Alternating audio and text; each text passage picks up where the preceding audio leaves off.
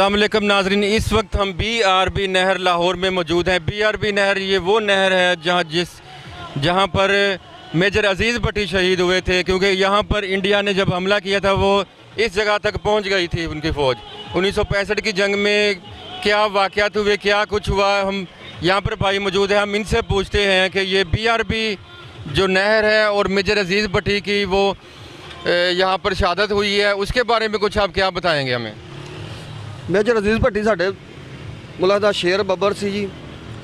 ਉਹਨੇ ਇੰਡੀਆ ਦੇ ਦੰਦ ਖੱਟੇ ਕੀਤੇ ਕਿ ਉਹਨਾਂ ਨੂੰ ਚੰਗੀ ਤਰ੍ਹਾਂ ਸਬਕ ਸਿਖਾਇਆ। ਉਹਦੇ ਬਾਅਦ ਨਾਲ ਹੀ ਪੂਰੇ ਉੱਥੇ ਸ਼ਹਾਦਤ ਹੋਈ ਸੀ ਉਹਨਾਂ ਦੀ। ਤੇ ਇੰਡੀਆ ਦੀ ਫੌਜ ਤੇ ਇਹ ਕਹਿ ਰਹੀ ਸੀ ਕਿ ਵੀ ਅਸੀਂ ਪੂਰਾ ਪਾਕਿਸਤਾਨ ਫਤਿਹ ਕਰ ਲਾਂਗੇ, ਲਾਹੌਰ ਪੂਰਾ ਫਤਿਹ ਕਰ ਲਾਂਗੇ, ਲੇਕਿਨ ਐਸਾ ਕੋਈ ਮਸਲਾ ਨਹੀਂ।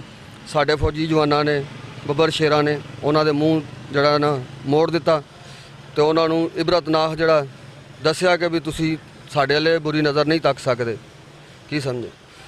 ਤੇ ਅੱਲਾ ਦੇ ਹੁਕਮ ਨਾਲ ਉਹਨਾਂ ਦੇ ਦੰਦ ਐਸੇ ਖੱਟੇ ਕੀਤੇ। ਹੁਣ ਥੋੜ੍ਹੀ ਦੇਰ ਪਹਿਲੇ ਵੀ ਜਦੋਂ 2 ਜਹਾਜ਼ ਸੁੱਟੇ ਨੇ ਉਹਨਾਂ ਦੇ, ਉਦੋਂ ਵੀ ਬੜੇ ਉਹ ਤੀਸਮਾਰ ਖਾਂ ਬਣ ਕੇ ਆਏ ਸਨ, ਲੇਕਿਨ ਅੱਲਾ ਦੇ ਹੁਕਮ ਨਾਲ ਇੱਥੇ ਹੀ ਨੀਤੋਂ ਨਬੂਤ ਹੋਏ ਨੇ।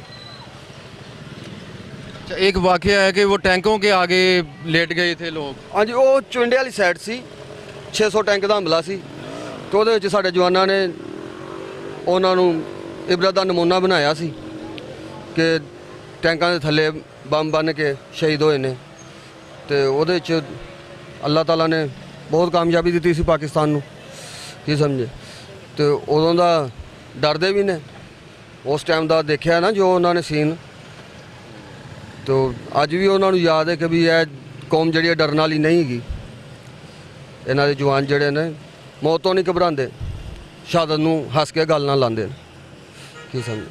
ठीक है, बहुत शुक्रिया ना नाज़रीन। ये वो नहर है जहाँ पर मेजर अजीज़ भट्टी ने इंडिया की फ़ौज को रोके रखा और जुर्रत व बहादुरी से मुकाबला किया उनका।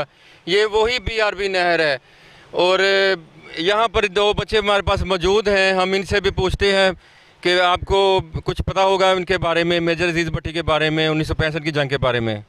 जी बिल्कुल मुझे पता है। मेजर अजीज़ भट्टी हमारे कौमी हीरो हैं और उन्होंने 1965 की जंग में इसी मुकाम पर भारत की फ़ौज को आगे आने का मौका नहीं था दिया और उन्होंने अपने सीने पे बम बांध के उनके टैंकों का मुकाबला किया था। और उनको इस चीज़ का पता है इंडिया को, अगर उन्होंने आइंदा हमारी तरफ देखा हम आँखें निकाल लेंगे। अगर हमें ललकारा गया तो हम दुश्मन को मुंह तोड़ जवाब देंगे। शुक्रिया। उनकी अज़मत को सलाम पेश करते हैं और इसी तरह से हमारे जवान अपनी जान का नजराना पेश करते रहेंगे इंशाअल्लाह।